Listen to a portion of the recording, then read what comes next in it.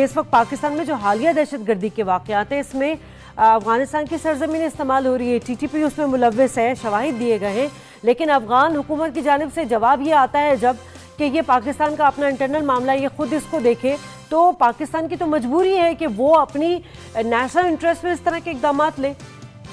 لیکن اگر ان تمام ایشوز کو ملا کر ایک وسیع البنیاد ایجنڈے کے اوپر ہم جائیں گے جس میں ریفیوجیز کا اور جو افغان یہاں رہ رہے ہیں ان کا ایشو بھی ہوگا، جس میں کراس بارڈر ایشوز بھی ہوں گے، جس میں افغان ٹریڈ اور ٹرانزٹ کو فیسیلیٹیٹ کرنے کے ایشوز بھی ہوں گے، تو چونکہ اس میں افغانستان کی انٹرسٹ بھی ہوں گی، سٹیکس بھی ہوں گی، اور اس میں پاکستان کی سٹیکس بھی ہوں گی کہ یہاں سے افغانز کو اب بتدریج ایک پروگرام کے تحت واپس جانا چاہیے۔ تو میرا خیال جب میوچل انٹرسٹ کی بات آئے گی تو